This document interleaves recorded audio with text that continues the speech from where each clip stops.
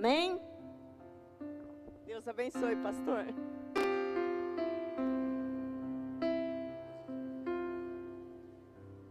Paz do Senhor. Vamos começar com oração. Pai amado, nos colocamos na presença do Senhor, nós pedimos a Tua bênção. Nós oramos por aqueles que também estão nas suas casas, por aqueles que vão acompanhar o culto porque estão trabalhando. Depois, na segunda-feira, nós abençoamos também estas pessoas. Nós recebemos a Tua presença, recebemos o Teu Espírito Santo, como nós precisamos do Senhor, da Tua palavra, do Teu Espírito Santo. Nós encomendamos as nossas vidas e os nossos familiares à graça do Senhor e recebemos do Senhor a bênção da perseverança, porque o Teu reino ainda não chegou na plenitude, mas nós precisamos de bênção para perseverar. Glorifica o Teu nome através de nossas vidas, oramos em nome de Jesus, amém. Quando nós estudamos o livro de Daniel, ele era um homem muito consagrado a Deus. Ele orava 3 vezes a dia, ele tirava tempos de oração e jejum, mas ele era consagrado de 2 formas. Ele obedecia a Bíblia à luz das Escrituras, ele orava com o entendimento das Escrituras. Ele vivia as Escrituras e orava segundo as Escrituras. Ele não pediu para ser o profeta que ele veio a ser. No começo do livro, quando ele era um jovem consagrado a Deus, está escrito que Deus o agraciou com interpretação de sonhos e também Deus o agraciou com revelações apocalípticas. Os seus amigos também eram consagrados, mas foram agraciados de outra forma. Ele foi agraciado dessa maneira e não por mérito, mas por graça e por misericórdia de Deus. Ele era consagrado e Deus o levantou para ser um profeta. Numa certa ocasião que ele estava orando e jejuando, porque ele amava Deus e conhecia as Escrituras, estava orando e jejuando porque agora as palavras do profeta Jeremias eram muito, muito fortes. Se você estivesse ali na Babilônia e conhecesse os escritos de Jeremias, as palavras eram muito fortes, elas iam mexer com você, você ia querer orar e jejuar. Por 40 anos, Jeremias havia profetizado que Jerusalém seria destruída e o templo ia ser destruído pelos babilônios, porque eles estavam muito longe de Deus. Eles estavam longe de Deus desde os dias de Manassés, nos dias de Amon, depois quase que voltaram para Deus nos dias de Josias, mas aí teve os dias de Joaquim, 11 anos, 3 meses de Joaquim e 11 anos de Zedequias, muito longe de Deus, há muitas décadas muito longe de Deus, e conforme Jeremias profetizava, eles não acreditavam, porque quem faz mais sucesso é falso profeta. Os falsos profetas profetizavam para bajular os reis, e Jeremias anunciava o juízo de Deus, que num certo sentido era uma cura de Deus. Eles tinham que sair ali de Judá, porque estavam envoltos numa cultura que eles não conseguiam sair. Escravos na Babilônia, eles não iam poder mais servir Baal, os vários Baalins, não poderiam mais se envolver nas feitiçarias de sacrifício de filhos, por exemplo. Então era melhor que eles se tornassem escravos. Durante 40 anos Jeremias profetizou. Quando Jeremias tinha 26 anos de idade, ele começou a profetizar. Em torno dessa época nasceu Daniel. Durante 20 anos ele profetizou, falando que ninguém acreditava. Daniel agora tinha 20 anos de idade. A Babilônia veio, cercou o reino de Judá, subjugou o reino de Judá e levou os jovens para a Babilônia, os jovens das famílias ricas, importantes, mais estudados, e ali foi Daniel para a Babilônia com 20 anos de idade. Jeremias tinha agora 46 anos de idade. Daniel estava na Babilônia por 20 anos, quando teve 8 anos e 3 meses depois da sua saída, um segundo exílio, e 20 anos depois que Daniel já estava na Babilônia, finalmente Jerusalém caiu e o templo foi destruído Daniel agora tinha 40 anos de idade e Jeremias tinha 66 anos de idade. Nos dias que Jeremias estava profetizando, não parecia que ia acontecer, não parecia que Jerusalém ia ser destruída, que o templo ia ser destruído, e ele foi sendo perseguido, e ele falou mais. Não só quando cair a Babilônia vai acontecer o que vai acontecer, as desgraças que aconteceram, inclusive ele disse, era melhor vocês se entregarem e irem antes, que quando a Babilônia vier vai ser terrível, e foi terrível, porque a Babilônia cercou e deixou eles passarem fome, eles morreram de fome, crianças morreram de fome, e Jeremias vinha falando isso tudo, mas eles não ouviam, mas agora era tarde demais. Aí Jeremias disse, olha, quando a Babilônia chegar, Zedequias vai ficar cego. Aí a Babilônia chegou, destruiu Jerusalém, destruiu o templo, eles passaram fome, é horrível, é terrível. Em Lamentações, Jeremias está escrito que as mães cozinharam os seus filhos mortos para comer, porque não tinha comida. Quando a Babilônia chegou, vazou os olhos de Zedequias e o levou escravo para a Babilônia. 50 anos mais se passaram. Daniel agora tinha em torno de 90 anos. Jeremias também tinha profetizado a queda da Babilônia, e agora a Babilônia tinha caído, e os medo-persas haviam se tornado o próximo império, e Daniel estava no primeiro ano do império medo-persa, depois de 70 anos ou 69 anos na Babilônia, e com os escritos de Jeremias na mão. Jerusalém havia caído, o templo havia caído, eles haviam passado fome, Zedequias tinha ficado cego, e agora a Babilônia tinha caído. Então as profecias de Jeremias eram muito, muito fortes, e as exortações eram muito, muito fortes. Então Daniel, percebendo que estava chegando na hora de voltarem, porque Jeremias havia profetizado que o cativeiro vai durar 70 anos, e ele estava em torno de 69 anos. Ele falou, eu vou orar, vou jejuar, porque tem promessa aqui. O homem era consagrado à luz das Escrituras, obedecia à luz das Escrituras e orava à luz das Escrituras. Daniel 9, verso 2. Daniel 9, verso 2. Estamos agora no primeiro ano do Império Medo-Persa. Várias profecias de Jeremias haviam se cumprido. Daniel, consagrado, vai orar e buscar a Deus. Daniel 9, 2. No primeiro ano do seu reinado, dos Medo-Persas, eu, Daniel, entendi pelos livros, Daniel 9, 2, entendi pelos livros que, de acordo com que o Senhor havia falado ao profeta Jeremias, a desolação de Jerusalém iria durar 70 anos. Agora está próximo. Senhor, está próximo, Senhor, já somos escravos há quase 70 anos, está próximo, é verdade, a Jerusalém caiu, o templo caiu, é verdade, Zedequias ficou cego, é verdade, nós passamos fomes, é verdade, eles comeram seus próprios filhos, é verdade, mas Senhor, é verdade também que nós vamos voltar, abençoa, abre a porta.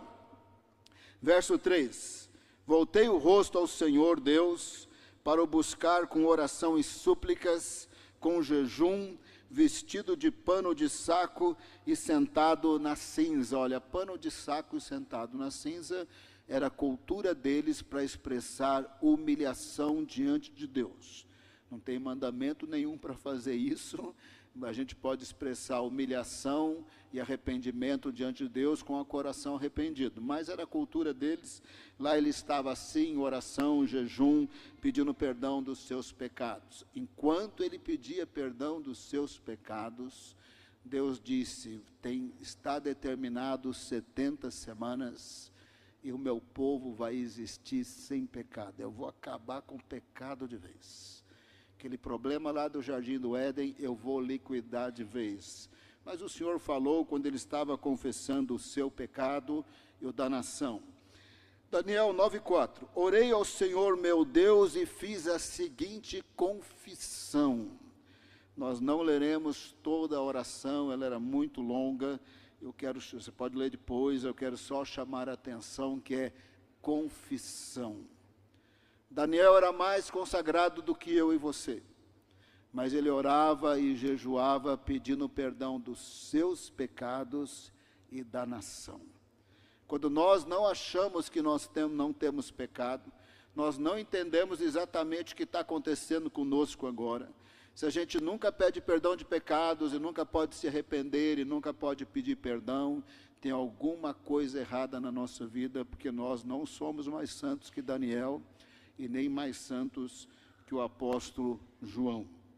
Verso 5, nós temos pecado e cometido iniquidades. A vida da gente começa a mudar quando a gente ora e vive que nem Daniel, os servos de Deus. Nós temos pecado e cometido iniquidades. Procedemos mal e fomos rebeldes, afastando-nos dos teus mandamentos e dos teus juízos. Ele estava confessando o pecado da nação e confessando dele. Como servo de Deus consagrado, ele não era aquele tipo de pecador que fazia tráfico humano. Ele não traficava órgãos humanos também, ele não era esse tipo de pecador. Mas nós somos pecadores, porque o primeiro mandamento é: ame a Deus de todo o teu coração, de todo o teu ser, com toda a tua força, com toda a tua alma, e ninguém aqui, inclusive eu, ama a Deus perfeitamente. Se o mandamento é amar a Deus com todo o nosso ser, e nós amamos imperfeitamente, então somos pecadores. Ama o próximo como a ti mesmo. Eu também não sou traficante de órgãos e de pessoas, mas eu sou pecador. Ama o próximo como a ti mesmo. Quem aqui ama o próximo sem nenhum egoísmo, nenhuma acepção de pessoas, sem nenhuma avaliação errada? Ei, nós somos pecadores. Verso 6, não demos ouvidos aos teus servos. Daniel 9:6, não demos ouvidos aos teus servos, os profetas, que em teu nome falaram aos nossos reis, aos nossos príncipes, aos nossos pais e a todo o povo da terra, principalmente nos últimos anos, através do profeta Jeremias. E ele vai nessa linha, quando no verso 10 ele diz, não obedecemos, Daniel 9:10, não obedecemos à voz do Senhor nosso Deus, para andarmos nas suas leis, que nos deu por meio dos seus servos, os profetas. Verso 11, sim, todo Israel transgrediu a tua lei e se desviou, deixando de ouvir a tua voz. Por isso as maldições que estão escritas na lei de Moisés, servo de Deus, e que foram confirmadas com juramento, se derramaram sobre nós, porque pecamos contra ti. Na lei de Moisés, o povo que saiu do Egito poderia se tornar escravo de novo, se o povo que saiu do Egito não andasse com Deus e andasse conforme a cultura de Canaã, com todas aquelas injustiças, matanças de crianças, endemoniamento e tantas outras coisas, eles poderiam ser escravos de novo. As 10 tribos já haviam sido levadas para a Síria, e agora nós estamos no tempo que o reino de Judá tinha sido levado para a Babilônia, porque haviam quebrado a lei do Senhor e não haviam andado nos caminhos do Senhor. É quando Daniel estava então orando, pedindo perdão dos seus pecados, da sua pecaminosidade e dos pecados da nação, Deus fez uma promessa maravilhosa. Quando completar 70 semanas, eu vou acabar com o pecado. Aquele problema do jardim do Éden que entrou no mundo e entrou no nosso ser, eu vou acabar de vez. Daniel 9:24, Daniel 9:24, 70 semanas estão determinadas para o seu povo e para a sua santa cidade, para acabar com a transgressão. Acabar com a transgressão é um outro jeito de falar acabar com o pecado. Transgressão é outra palavra para pecado. Para acabar com a transgressão, para dar fim aos pecados, para expiar a iniquidade. Expiar a iniquidade é outro jeito de falar acabar com o pecado. Quando o sacerdote ele sacrificava no tabernáculo de Moisés, ali no altar de bronze, e por fim ele tinha que aspergir sangue sobre o altar. Quando ele aspergia sangue sobre o altar, isso era igual expiar. Expiar é igual cobrir. O sangue estava cobrindo os pecados do pecador. Deus não via mais, porque havia perdoado, porque ele havia se arrependido. O inocente animal que simbolizava Jesus tinha morrido por ele. Então expiar é Deus perdoou. Deus não vê mais. Os pecados estão cobertos pelo sangue do inocente que morreu por nós. Deus não vê mais. Então o Senhor falou, quando completar 70 semanas, eu vou acabar com a transgressão, com o pecado e com a iniquidade. Vai sumir. Vai chegar um dia, Daniel, que você não vai precisar pedir perdão pelos seus pecados, e os meus servos não vão precisar pedir perdão de pecados, porque vocês vão existir sem pecado. Esta é a promessa que o Senhor fez. E aí o Senhor, nos dias do apóstolo João, ele também confessava os seus pecados. Não tem ninguém aqui mais santo do que Daniel e do que João. Eles eram pecadores e nós somos pecadores.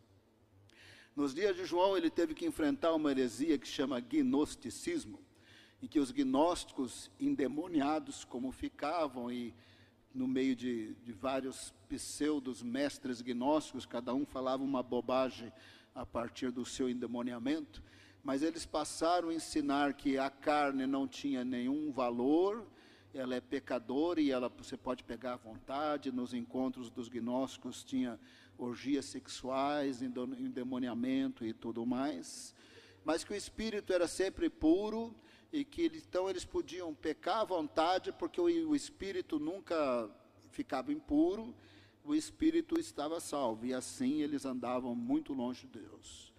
É por isso que João escreveu: se você diz que você ama Deus e não obedece os seus mandamentos, você não ama Deus. Se você diz que você ama Deus e você é igual aos gnósticos, você não ama Deus. Se você diz que você o conhece e não obedece os mandamentos, você também não o conhece. E se você diz que é servo dele e não reconhece o seu pecado, a sua pecaminosidade, você é um mentiroso. Se você fala que você não tem pecado, você é mentiroso, porque nós temos pecado. Isso era João falando, Daniel falando, e eles eram mais santos do que nós. Por isso que está escrito na primeira epístola de João, capítulo 1, verso 8. Primeira epístola de João, furou ali a transmissão, que pena. Primeira epístola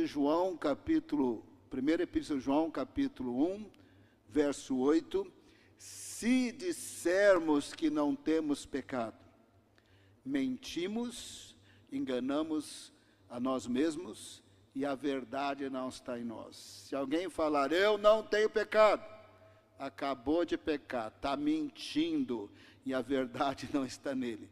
Se dissermos que não temos pecado, mentimos, enganamos a nós mesmos, e a verdade não está em nós.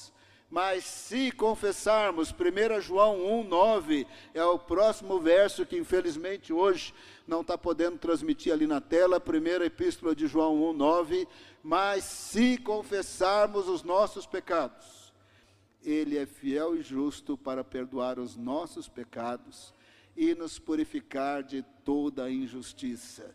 Se falarmos que não temos pecado, somos mentirosos e a verdade não está em nós.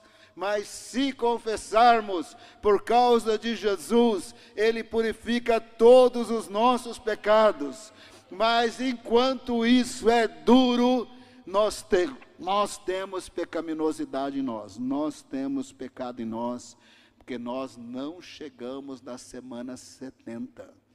Nós estamos nos benefícios da semana 69, quando Jesus ia morrer por nós e morreu por nós.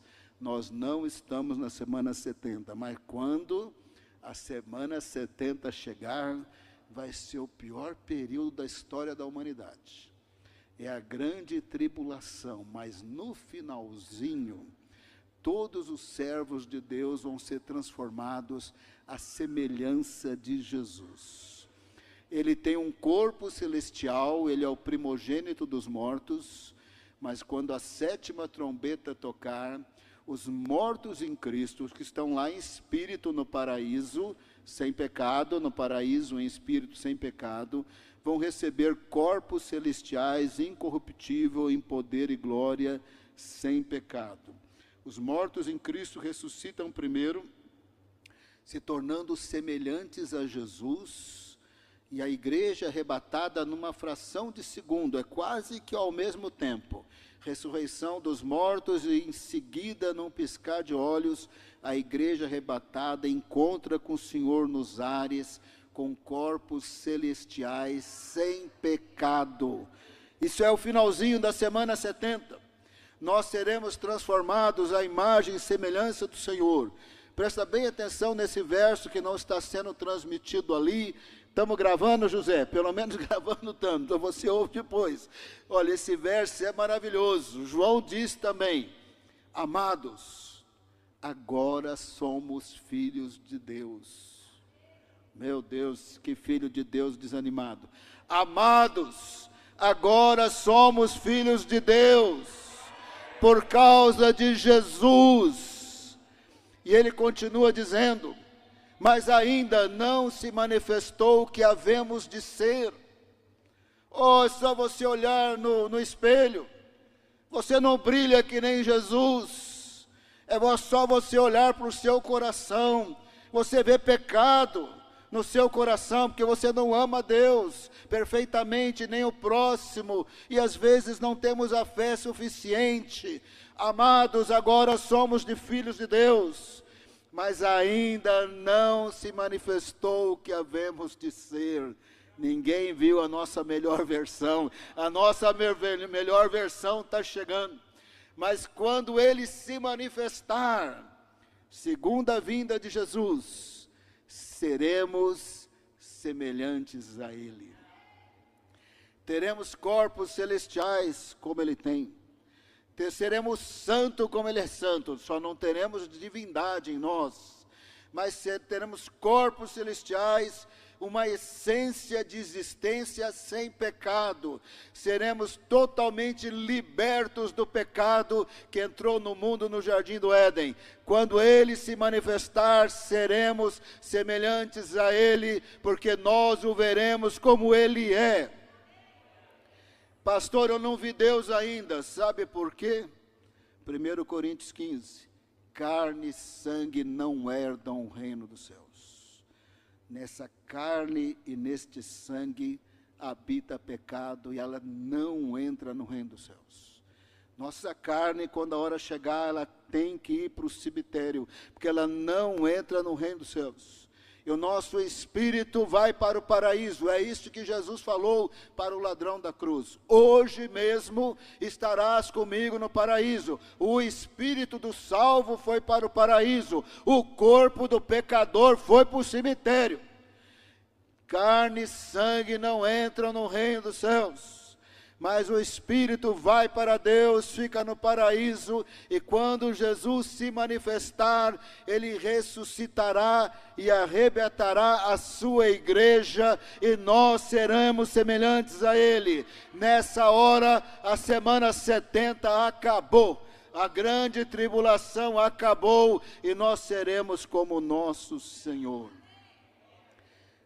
Mas essa linguagem toda, ela foi descrita de maneira simbólica, e assim como são as profecias, através de simbolismo, tem todo um mistério, né? Até você entender o mistério, o negócio demora. Então demorou para entender, para a igreja entender. Quer saber, demorou até para Daniel.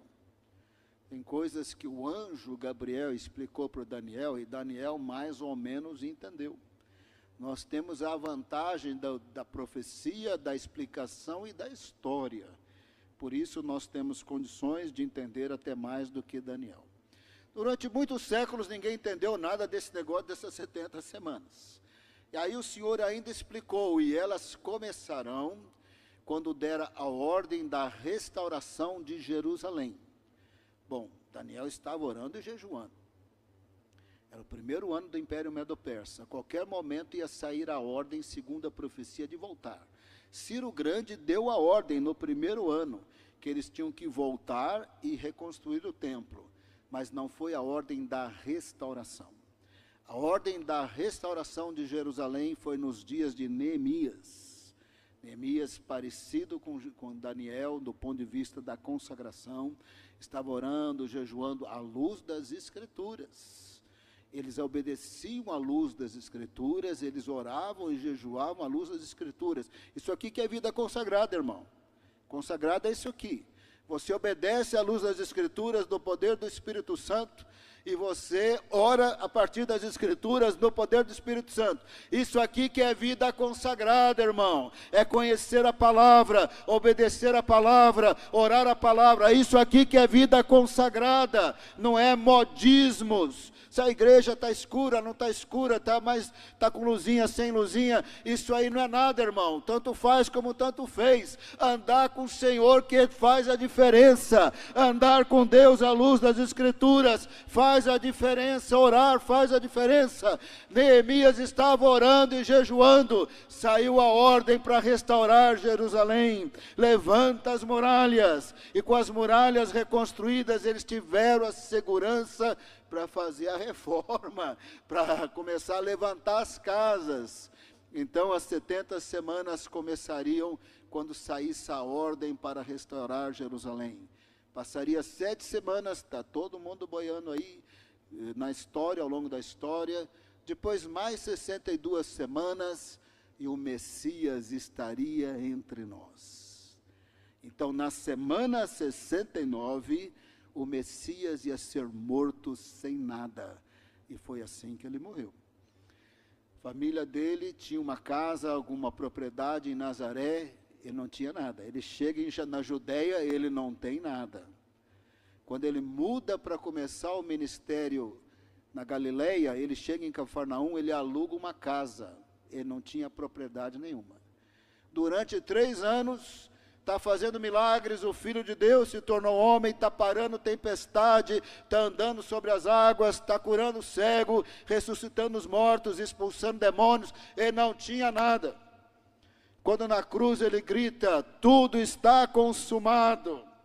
O que eu tinha que me tornar homem para que houvesse redenção, eu já cumpri essa obra. Tudo está consumado. Pai, em tuas mãos entrego o meu espírito. E ali Jesus morre. Ele não tinha nada, como estava profetizado em Daniel, mas quando ele morreu, era semana 69.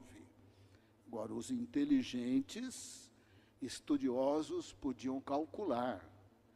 Deu a ordem nos dias de Neemias, ano 445 a.C., Jesus morre no ano 33, eles usavam o calendário lunar, tem 11 dias a menos, nós usamos o solar, ajustaram os calendários.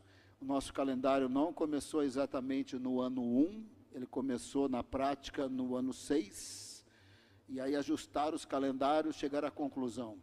Passou-se 483 anos do início da contagem até a morte de Jesus.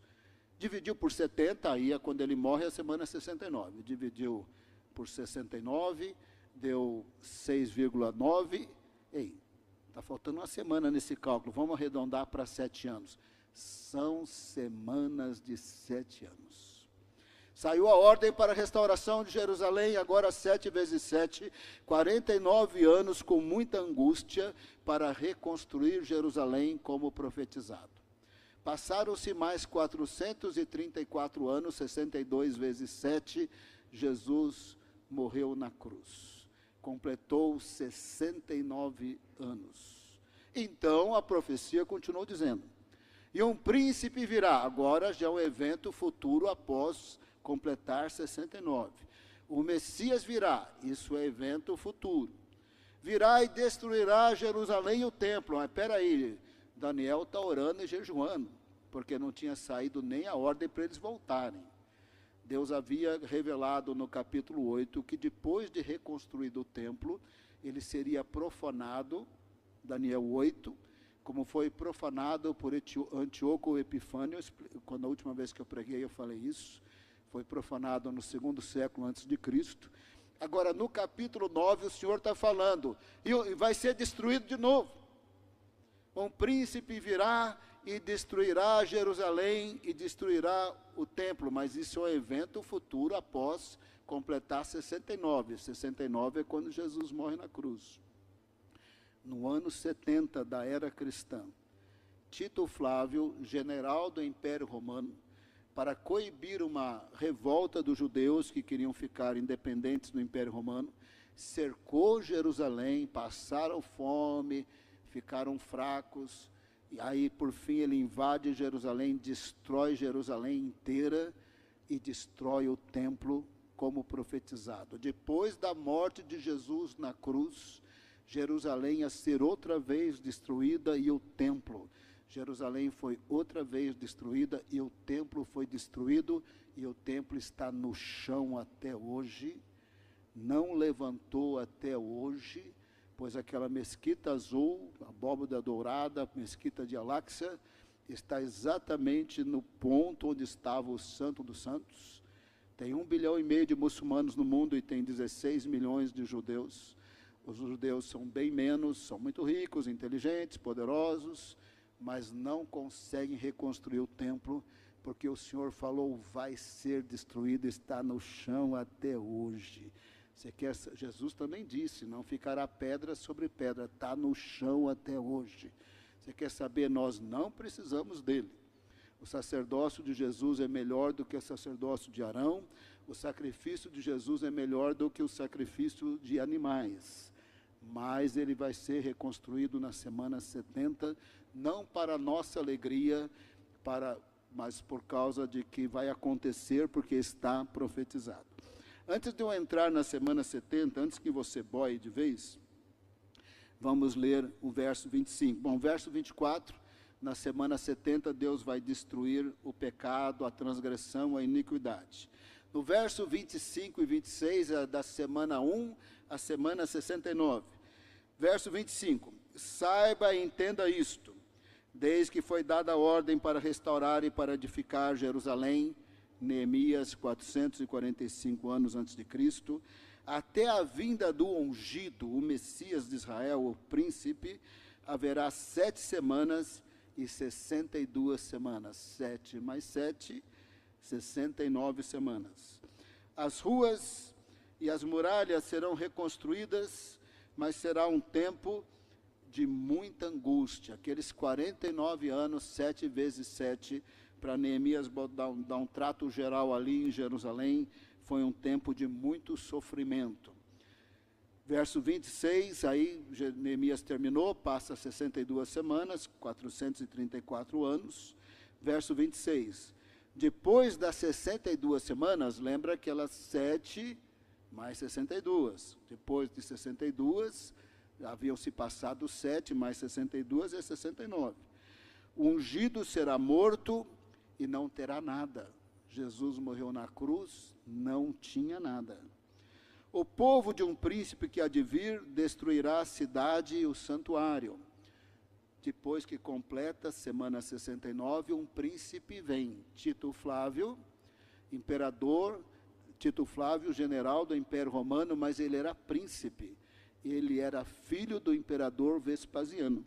Ele invade Jerusalém e a destrói exatamente como profetizado, e o templo está destruído até hoje exatamente como profetizado.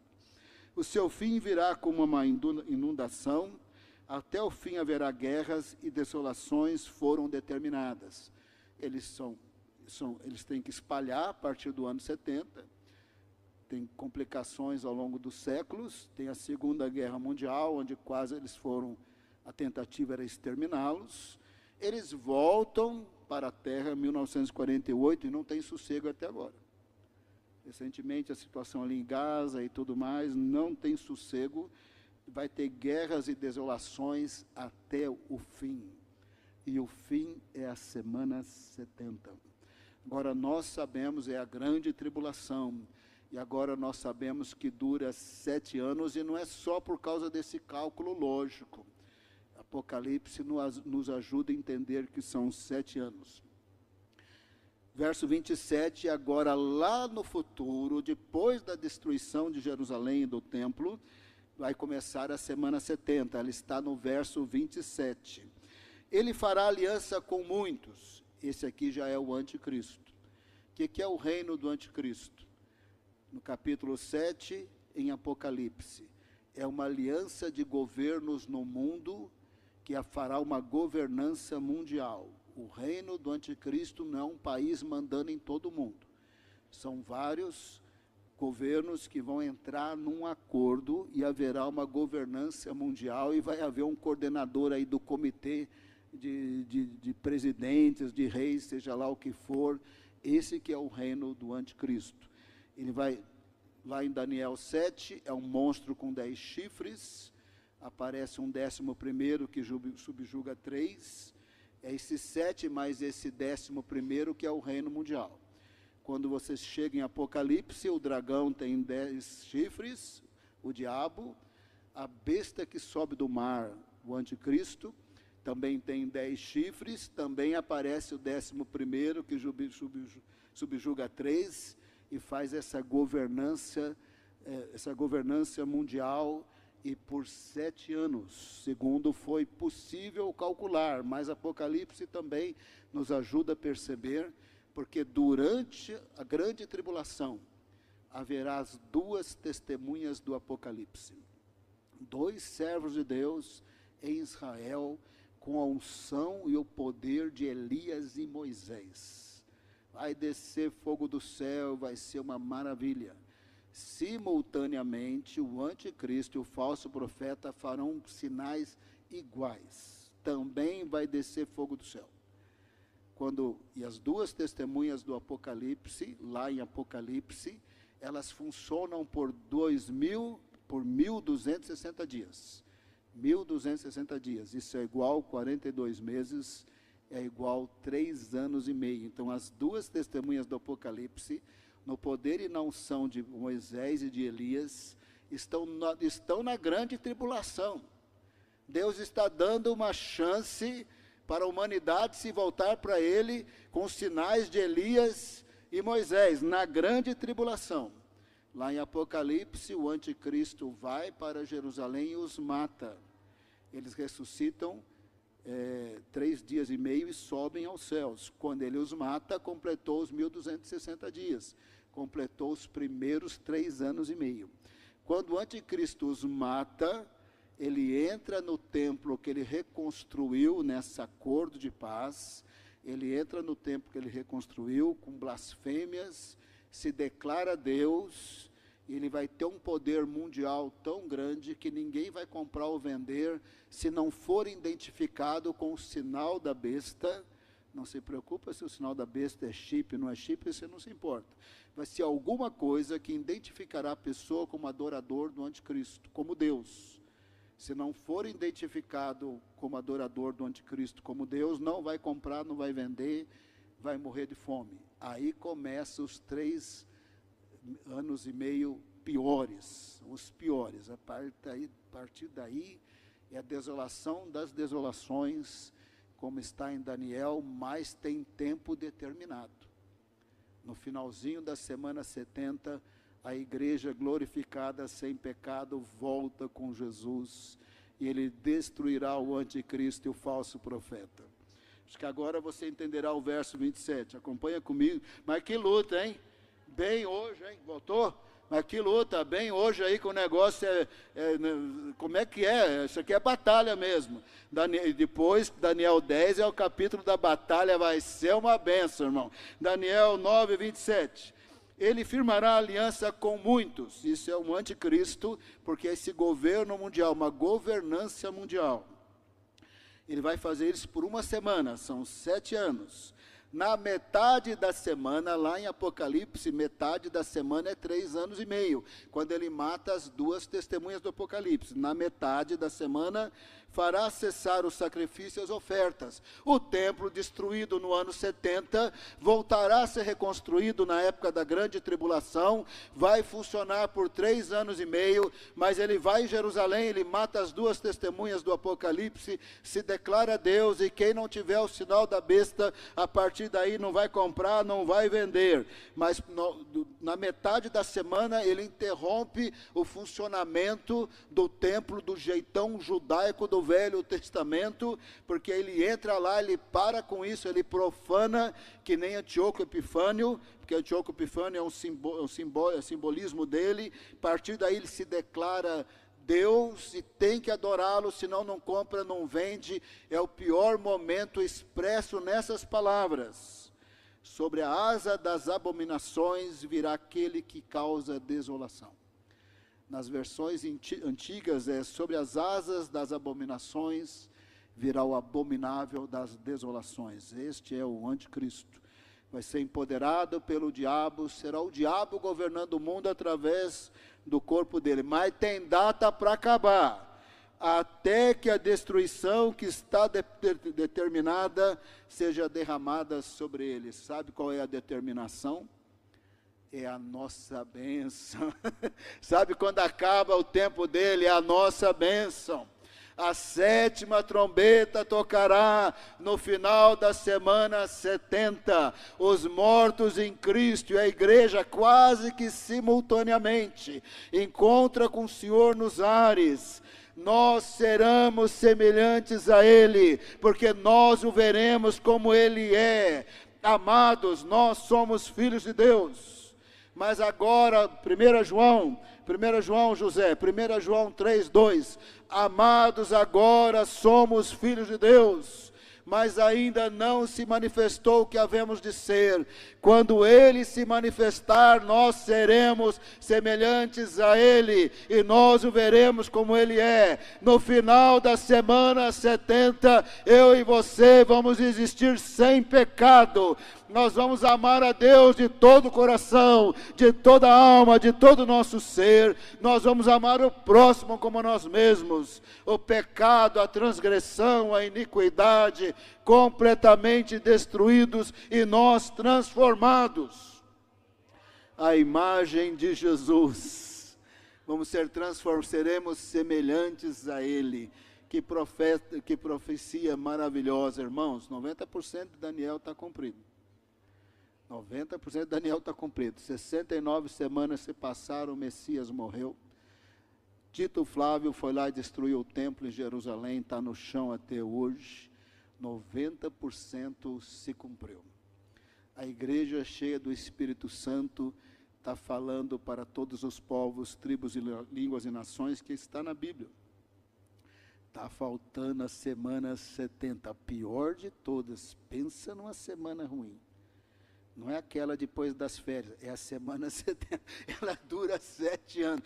Pensa numa semana horrorosa. Pensa numa semana que Deus usará as 2 testemunhas, mas o mundo ainda vai querer o mal. Pensa que eles serão mortos, e aí vai começar os 3 anos e meio piores de todos. Ninguém compra, ninguém vende, se não falar que o capeta é Deus. Pensa no negócio horroroso. Mas o Senhor virá, e Ele virá com a igreja santa, mudada e transformada. Eu e vocês estiremos sem pecado, nós seremos semelhantes a Ele. Quando Ele se manifestar, nós seremos semelhantes a Ele, e nós o veremos como Ele é. Carne e sangue, onde habita pecado, não entra no reino dos céus, mas nós vamos entrar com corpo celestial sem pecado. Totalmente mudados, transformados, nós seremos semelhantes a Ele. Agora eu sei que é difícil viver nos dias de hoje, que nós não estamos com um corpo celestial. Nós estamos com um corpo que está debaixo das maldições do Jardim do Éden. A gente fica velho, a gente fica doente, fica meio cego, meio surdo. Depois a gente fica doente e a gente morre. E às vezes ainda morre com dor, porque este corpo aqui está condenado, irmão. Nesse corpo aqui habita a nossa pecaminosidade. mas o Senhor vai nos dar corpos celestiais sem pecaminosidade. Até lá, irmão, a gente tem que ser Daniel, a gente tem que ser João, a gente tem que ser Neemias. Até lá é santidade ao Senhor. Até lá obedecer à luz da Bíblia, é orar à luz da Bíblia, é consagrar nossa vida a Deus. É consagrar nossa vida a Deus. Nos versos que eu não li, no verso 21 em diante, o anjo Gabriel falou: Daniel, desde que você começou a orar, eu vim. Deus te ama muito, você é muito amado. E a mensagem aqui é essa. Que coisa maravilhosa, né? O homem se arrependendo, aparece o anjo Gabriel para dizer que ele é muito amado. Aleluia. Cadê o povo que vai morar no céu sem pé? Aleluia. Cadê o povo que gosta de orar crendo que Deus é Deus e cumpre a sua palavra? Irmãos, Daniel está 90% cumprido. Eu não quero pôr medo em você e nem estou afirmando pelo Espírito Santo. Estou falando por lógica. Irmãos, a gente pode estar mais perto da governança mundial que você possa pensar. Sabe o que está vindo aí pela frente, você não tem a mínima ideia?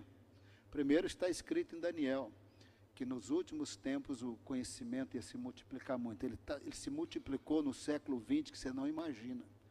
Você não imagina o que ele está multiplicando nos primeiros 25 anos desse século. É coisa recente da história, que você tem um celular na mão, com 5G, fala com qualquer pessoa, qualquer ponto da Terra. Se o cara estivesse na Lua, você ia falar também, você quer saber. Então, assim, é muito recente, mas você não sabe o que está vindo por aí. Está vindo por aí a computação quântica. Tudo que você pensa que foi desenvolvido vai ficar atrasado demais. Na computação quântica que a China está desenvolvendo, a Microsoft, a Google, a IBM, vai ser tão rápido, tão veloz. Sabe essa linguagem criptografada dos governos e dos bancos que dá segurança no mundo? Os bilhões dos bilionários estão seguros dentro dessa coisa toda. A computação quântica vai quebrar esses códigos aí em 1 segundo. O governo americano vai saber tudo do chinês, os chineses, tudo. Eles vão ser obrigados a sentar na mesa e concordar com alguma coisa.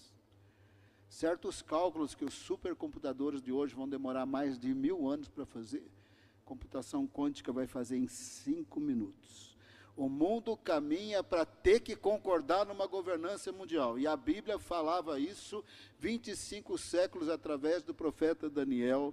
O mundo caminha para isso, e eu e você caminhamos para a plenitude de Deus, na semana 70, aleluia. Mas antes de melhorar, vai piorar. Agora a gente crê que vai ser arrebatado, que assim o seja. Eu penso que a gente vai ser arrebatado com 3 anos e meio, uns acham que é no começo, outros acham que é no fim. Irmãos, ninguém tem absoluta certeza desse arrebatamento, a data exata ninguém sabe. Mas eu sei que eu vou morar no céu. Tinha um antigo que falava assim: no céu não entra pecado. A Hilda, que é do tempo da Assembleia, vem cantar, Hilda. No céu não entra pecado, não entra tristeza, não entra dor. Você consegue, Hilda? Oh, a Hilda consegue. A Hilda, irmãos, ela já tem uns 120 anos aqui, não parece, estou brincando, Hilda, vem. Ela foi criada na Assembleia de Deus, então ela conhece. Oh, não. E aí você termina com oração, chama o povo para frente. Cadê, Bruninho? No céu não entra pecado, porque na semana 70 a gente vai ser semelhante ao Senhor. Quem conhece esse hino aí? No céu não entra então pecado. Não, irmão. Vocês também têm 120. Estou brincando, hein, gente? As irmãs não, só os homens. Só os homens. As irmãs não têm 120, os homens têm. No céu não entra pecado, nem tristeza, nem dor. Amém. Vamos cantar, fica em pé, e nós vamos louvar, e a pastora Ailda vai orar, e nós vamos sair cheios do Espírito Santo. Amém? Enquanto o Bruninho prepara aqui,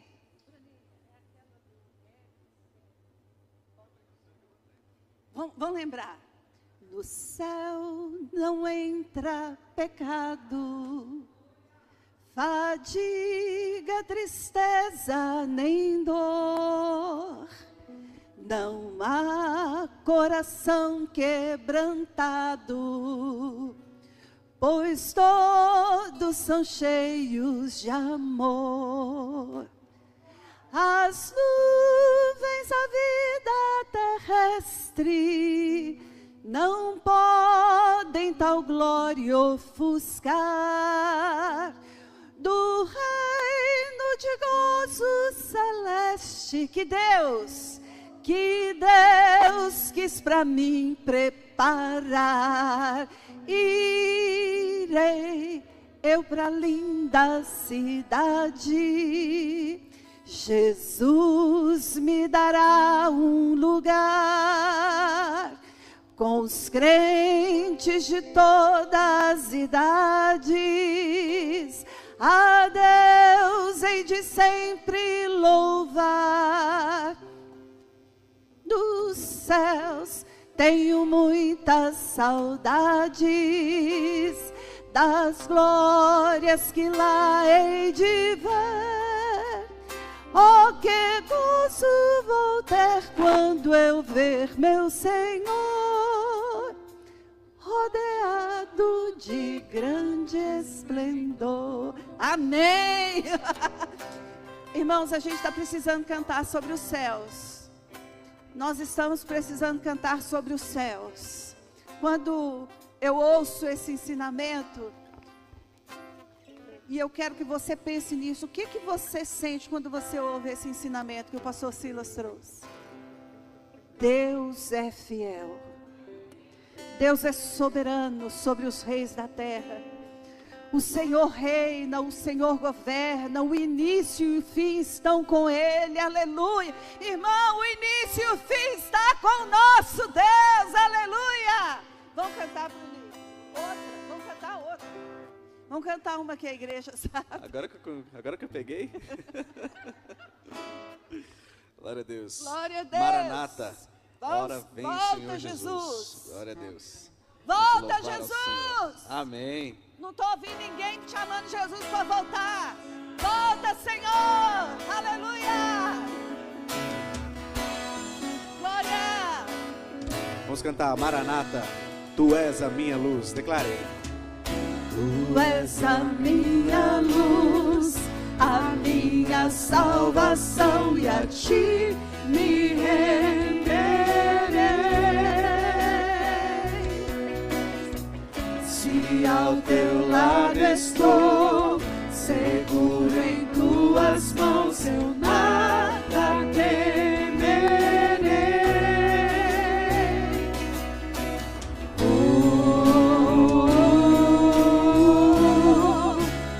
Tu és santo, ó Senhor.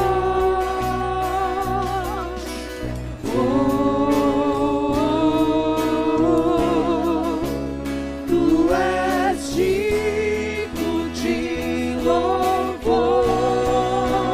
Declare. Só em ti confiarei, eu nada temerei. Em frente eu irei, pois eu sei que vivo estás, e um dia voltarás do céu pra nos buscar, pra sempre reinarás. Aleluia. Aleluia. Diga. Aleluia. Vem, Jesus. Diga. Vem, Jesus. Vem, Jesus. Glória.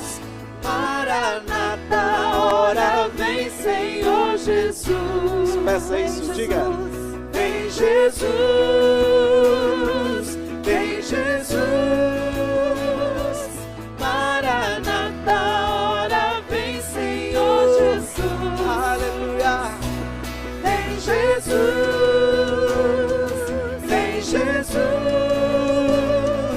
Maranata, ora vem, Senhor Jesus. A última. Vem, Jesus. Vem, Jesus. Maranata, ora vem, Senhor Jesus. Só em ti confiarei, eu nada temerei. Em frente eu irei, pois eu sei que vivo estás, e um dia voltarás do céu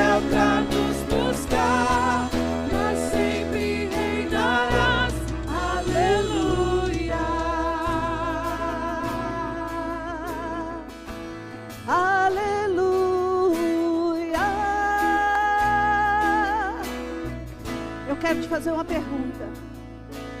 Você tem certeza da sua salvação? Irmãos, o que nós fazemos aqui é proclamar a palavra do Senhor. É proclamar que o nosso Deus fala. E Ele fala antes das coisas existirem. Por isso Ele entra em aliança conosco, para nos salvar, para nos resgatar, perdoando os nossos pecados e nos garantindo vida eterna com Ele. Nessa noite, tem vida eterna sendo oferecida para você em Jesus Cristo. Tem vida eterna sendo oferecida para você, mediante a morte e ressurreição do Senhor Jesus. Quem quer restaurar sua aliança com o Senhor, vem aqui à frente. Vem aqui à frente falar: Senhor, põe fogo no meu coração. Põe fogo no meu coração para esperar a tua volta. Põe fogo no meu coração para consagrar-me ao Senhor. Põe fogo no nosso coração, Jesus, nessa noite. Põe fogo na tua igreja. Põe fogo na tua igreja. Põe fogo na tua igreja, Senhor. Para nós termos vida de consagração, vida de oração, vida de busca, vida de renúncia, vida com Deus, agarrado à palavra, porque está escrito: nem só de pão viverá o homem, mas de toda a palavra que sai da boca do Senhor. Senhor, eu quero viver da tua palavra, eu quero viver da tua palavra, eu quero ter vida consagrada, eu quero ter vestes brancas e óleo na cabeça, para esperar Jesus voltar, para esperar Jesus voltar. Aleluia, aleluia, aleluia.